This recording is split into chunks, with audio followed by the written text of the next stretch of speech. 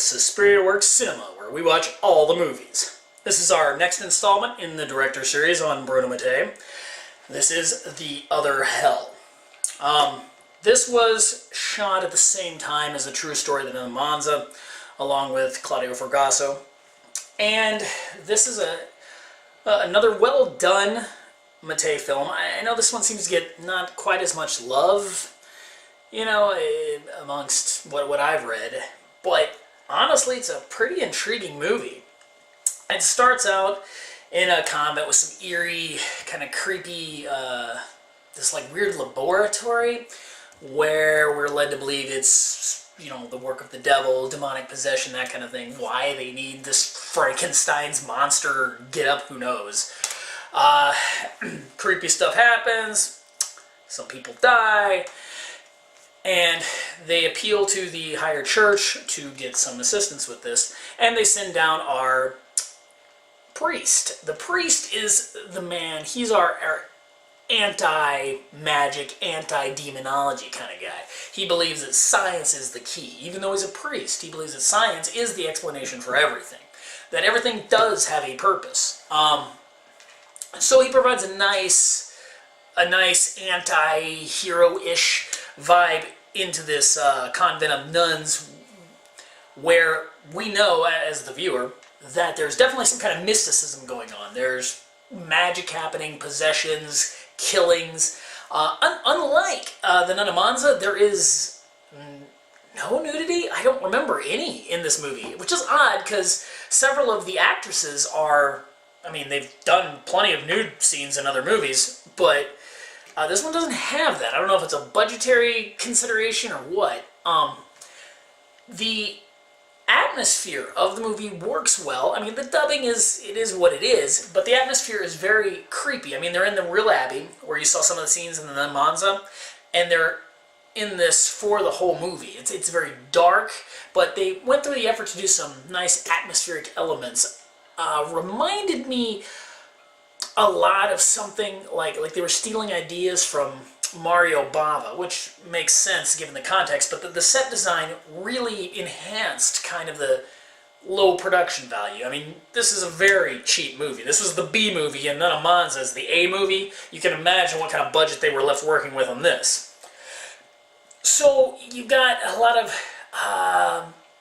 Exorcist meets Carrie meets Rosemary's Baby going on in this story. You know, it's a bit convoluted, but again, the eerie elements work. There's a scene where the dogs become possessed, and this is, again, not high on the special effects, but it works very well. The goblin music, of course, works great. It's, you know, it helps propel the storyline and give it that nice, a little bit of a higher production value feel to the film. Some of the things that were strange is the makeup. They got the, not to spoil it too much, you know, the demon girl, when you see her, I don't know what they were thinking, but the makeup is like this, like, mass face herpy or something. I don't know what it's supposed to be, but apparently that's like demon makeup. What it really looks like, they honestly did, is if you've ever seen like old school makeup effects, where you basically mix oatmeal with latex, and you put the latex, oatmeal, and then latex again, and then you paint it. And what it looks like they did. It looks really bad. I'm not really sure why they gave it to her. The whole concept is a nun had given birth, and, well, she became pregnant through immaculate conception, of course, but in this case it was the devil. And so she's going to have the devil's baby. Now, near the end where they're explaining all this and how it happened, it doesn't quite flow in what I would call logical order or any kind of... It gets a bit nonsensical. It's almost like...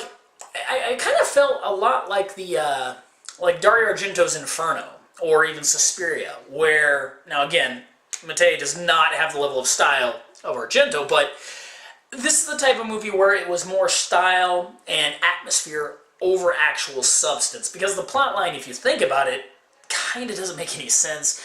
Some of the revelations come out of nowhere. Others just seem like they were randomly inserted. And as they talk about in the interviews, Mattei even says that they made up the dialogue and some of the scenes on the set. So you've got that, you still got your Mattei thing. It's not hokey like Hell of the Living Dead, where you bust out laughing. Honestly, the movie, a little bit humorous in some of the errors, but it flows very solid, more like a real film. And none of Monza did as well. So I think you got more of that vibe minus the TNA exploitation. So this is, this is the only other one that he made about nuns. So he only had 2 in the whole thing. And again, it's a weird subgenre that if you're into, it's cool. I think this one works better, more like for a fan of Omen or Amityville, or like I said, Exorcist. It's like the Italian B version ripoff of those movies, and kind of mushed all those ideas into one. And the dog scene again even reminds me a bit of the scene from Suspiria. So there's a lot of nice little ripoffs, and I think you could have fun kind of watching it and picking out what movie you think they're ripping off at which point. But it's still a good flick. Definitely worth checking out. This is one of them I would more highly recommend from Mattei's catalog. DVD here, not a bad little DVD. It is anamorphic. It's in 1:66 ratio. It comes with interviews with the lead actor, not the lead actor, the guy with the crazy eyes, I forgot his name. And there's interviews with Mattei. It's about 10 minutes long. Again, all this had to be, it's whenever it's shot. It's not like they could ever get more if they re-release it. So that was pretty cool. Of course, you get the trailer. Print is pretty good. It's not a bad little disc. I would say I'd give the movie a nice 8 out of 10. Solid Mattei flick. Give the DVD release here another 8 out of 10. The extras are a little short, but the print's nice. You can see all the film grain, not a lot of compression going on, so it's definitely worth checking out. So that is The Other Hill, and we will next be doing Caligula and Messalina, his Caligula ripoffs. There's a couple other ones. He does a couple of these movies ripping off that whole Roman ideology. So they're fairly interesting. So we'll hit that up next time. But I hope you check out this movie and the rest of Mattei's catalog. And we'll see you next time here at Movie Mayhem.